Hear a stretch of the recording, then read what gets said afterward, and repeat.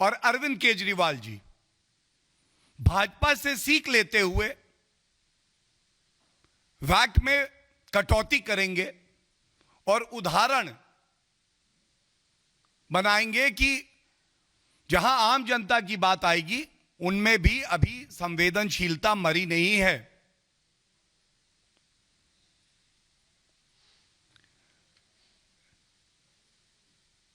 और अगर ऐसा आपने नहीं किया तो यही कहा जाएगा कि कांग्रेस पार्टी पर्याय बन गई है जेब कतरों का। मैं एक उदाहरण आपके समक्ष रख दूं।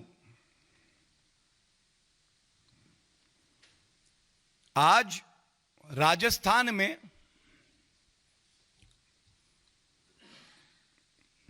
पेट्रोल पर 32 रुपए 19 पैसे वैट लग रहा है। 32 रुपए 19 पैसे। अशोक गहलोत जी,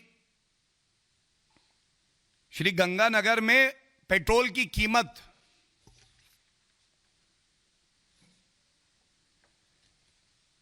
121 रुपए और डीजल की कीमत 112 रुपए है। इसकी जिम्मेदारी किसकी है अशोक गहलोत जी? सोनिया गांधी जी, कृपया करके हस्तक्षेप करिए और इस पे राजनीति नहीं होनी चाहिए।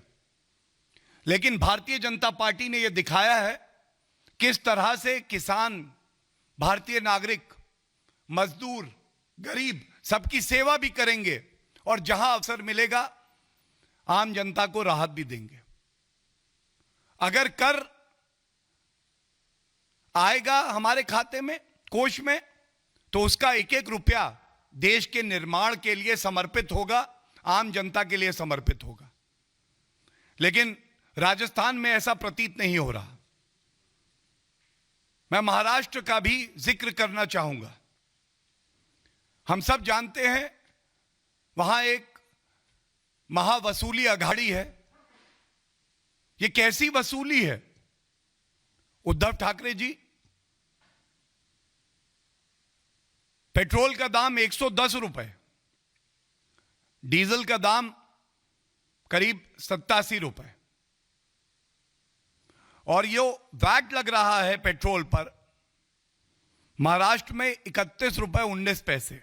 अब इसकी तुलना आप करिए भाजपा शासित राज्यों से, और मैं उदाहरण के तौर पे 2 राज्य आपके समक्ष आंकड़े रख रहा हूं। उत्तर प्रदेश में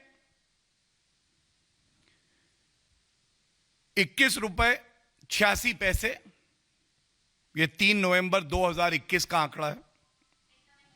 और उत्तराखंड में 20 रुपए 46 पैसे।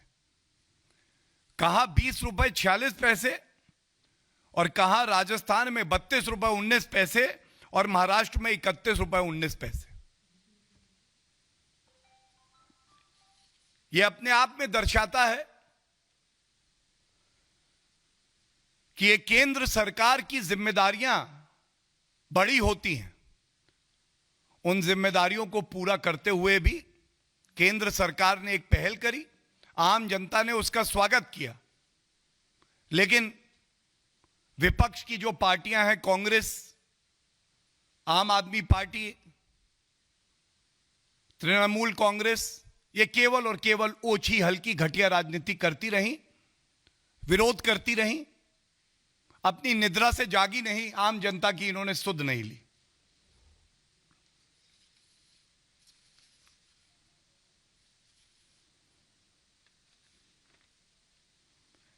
मैं ये भी आपके समक्ष रखना चाहूंगा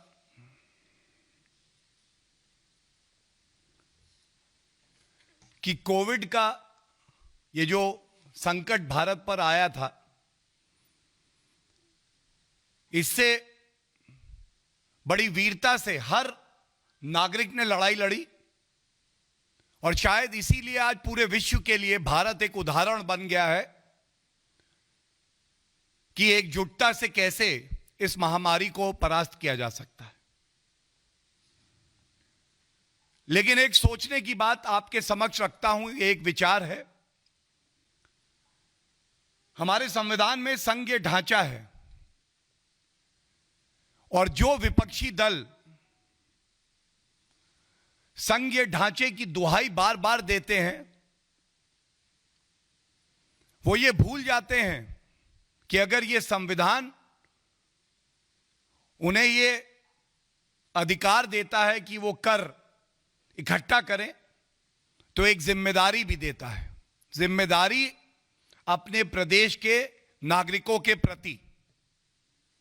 आज ऐसा क्यों है कि यही विपक्षी दल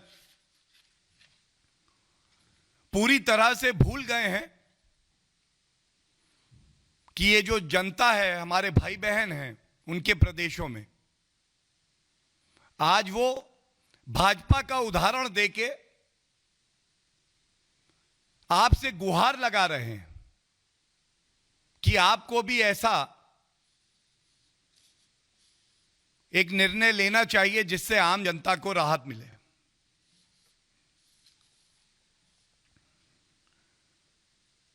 मैं अंत करूंगा ये कह के, लोकतंत्र में जनता सर्वोपरि है। हमारी प्रतिबद्धता है कि हम पूर्ण समर्पित भाव से भारत की जनता की, और जहां भारतीय जनता पार्टी की प्रदेश में सरकारें हैं वहां पे नागरिकों की सेवा करते रहें, और इससे हम पीछे हटने वाले नहीं हैं। लेकिन जहां हम विपक्ष में हैं वहां हमारी यह भी जिम्मेदारी है कि आम जनता की हितों की रक्षा करें, और इसी संदर्भ में आज ये प्रेस वार्ता हो रही है। आंकड़े सब कुछ बयां कर रहे हैं, और मैं इतना ही कहूंगा कि अगर विरोध करने के लिए विरोध की राजनीति को विपक्ष छोड़ दे और एक सकारात्मक भूमिका निभाए, तो यह देश और तेजी से आगे बढ़ेगा और सभी नागरिकों को भी एक बड़ी राहत प्रदेश की सरकारें, जहां कांग्रेस और तमाम विपक्षी दलों की सरकार है, वो भी पहुंचा पाएंगे।